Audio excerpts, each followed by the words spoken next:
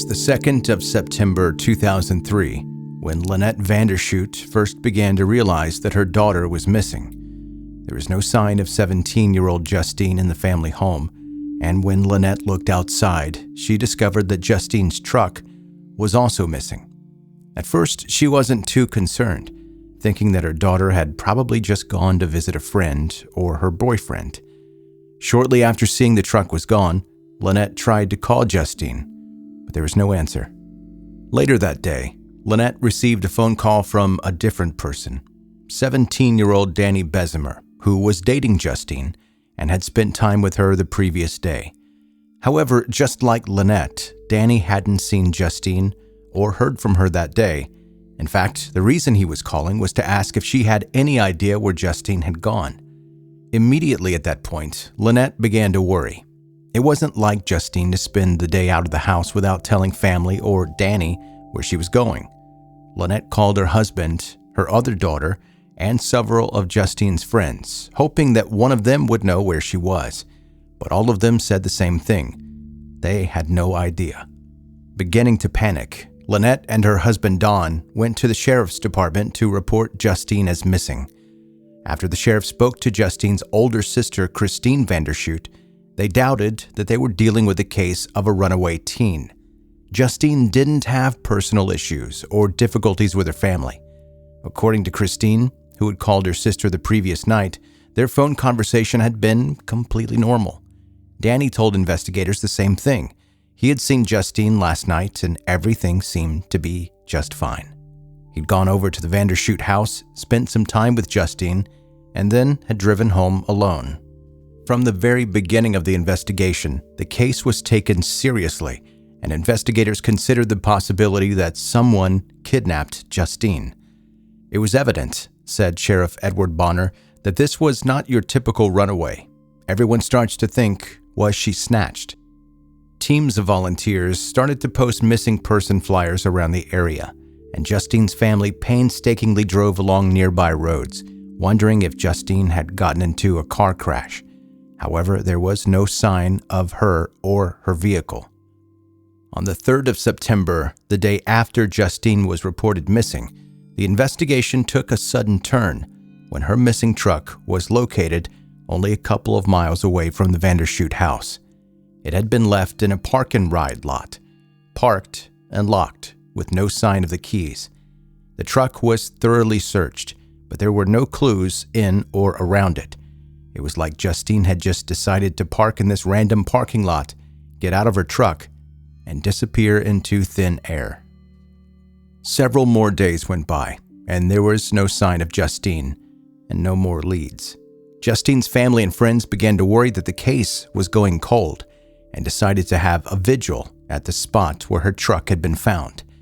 Many members of the local community came by to show their support, and investigators took the opportunity to do the one thing that they do at these vigils that many people don't realize that they are doing. They watch the people who attend the vigil and see if any of them act suspiciously. They know that it's common for kidnappers or killers to attend vigils, funerals, and search parties for their victims. And at this point, they were beginning to suspect that Justine Vanderschoot was no longer alive. Out of all the people at the vigil, one stood out. It was a man that Justine's family did not recognize, who seemed very distressed, smoking a cigarette and pacing around the park-and-ride lot. When the police spoke to the man, he introduced himself, explaining that one of his own daughters had passed away as a teenager, leading him to feel a connection to Justine's case. He decided to come to the vigil and leave a plaque in his own daughter's memory, as well as show his support to the Vanderschoot family. That man was telling the truth, and he never became a suspect in the case. By September 13th, Justine had been missing almost 2 weeks, and investigators decided to dive deeper into her relationships with her friends, hoping that they would be able to uncover some more clues. During these conversations with Justine's friends, a new piece of information was revealed. Justine's relationship with her boyfriend Danny wasn't as unproblematic and sweet as it first appeared. In fact, they had been going through a rough patch as of late, and during spring break, Justine had gone to Florida and met another boy, Investigators were able to track down the second boy and interviewed him, but discovered that there had been no communication between him and Justine since August. There was no reason to suspect that he'd had anything to do with her disappearance, and he was ruled out as a suspect. However, investigators did begin to examine Justine and Danny's relationship more closely. If he had found out that Justine had cheated on him, maybe he had a motive to hurt her after all. In the initial police interviews, Danny hadn't come across as suspicious. Danny shared that as soon as he became aware that Justine's family had not heard from her, he'd started searching for his girlfriend, going to her workplace and her school to see if anyone had seen her. Investigators had been able to confirm his story. Danny had also been upfront about visiting Justine the night before she disappeared and was able to prove that he had gone home alone. He'd gone to 7-Eleven during his drive home to buy a drink, and police once again confirmed his story. He also had an alibi for the rest of the night. After going to the 7-Eleven, he had gone back to the apartment that he shared with his roommate, 20-year-old Brandon Fernandez. Brandon confirmed that he and Danny had been in the apartment for the rest of that night, and neither of them left. However, once investigators started to look more closely at Danny, they also became aware that Justine had not gotten along with his roommate Brandon, because she found out that he was cheating on his girlfriend.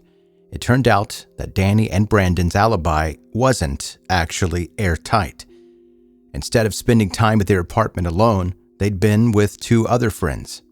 When the additional two friends were interviewed, they initially tried to back up Danny and Brandon's alibi, but their story quickly fell apart, and one of them, a young man named Clayton, agreed to help the cops. Clayton called Brandon, telling him that he thought he should go to the police about what he knew. Brandon was quick to reply, saying, quote, "No, don't go talk to the police, stick to the plan." The whole conversation was recorded by the police. Now, knowing that Brandon wasn't telling them the whole truth, the police contacted a profiler from the FBI to help them re-interview Brandon and Justine's boyfriend, Danny. The FBI profiler used different techniques to interview Brandon, eventually asking him, "Have you ever seen anyone die?"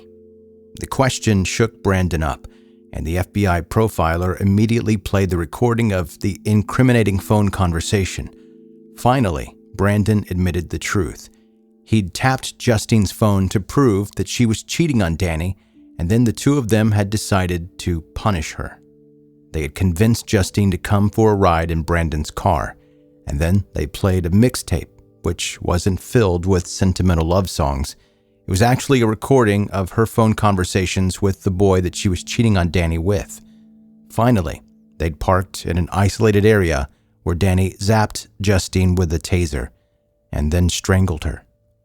Brandon agreed to lead investigators to the site where he and Danny disposed of Justine, taking them to a spot on the hillside.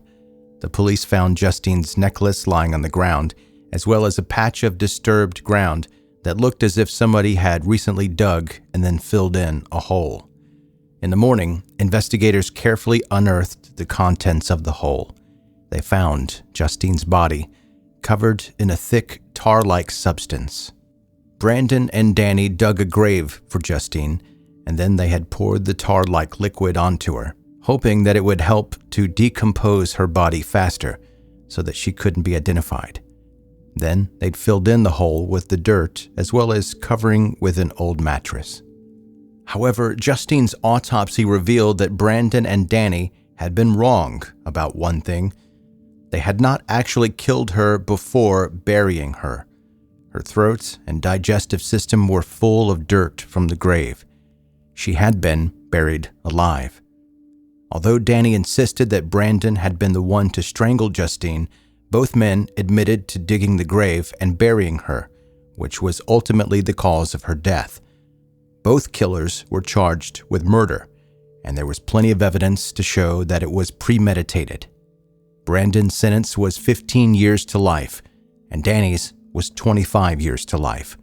Both men have tried to apply for parole, but each time the requests were denied.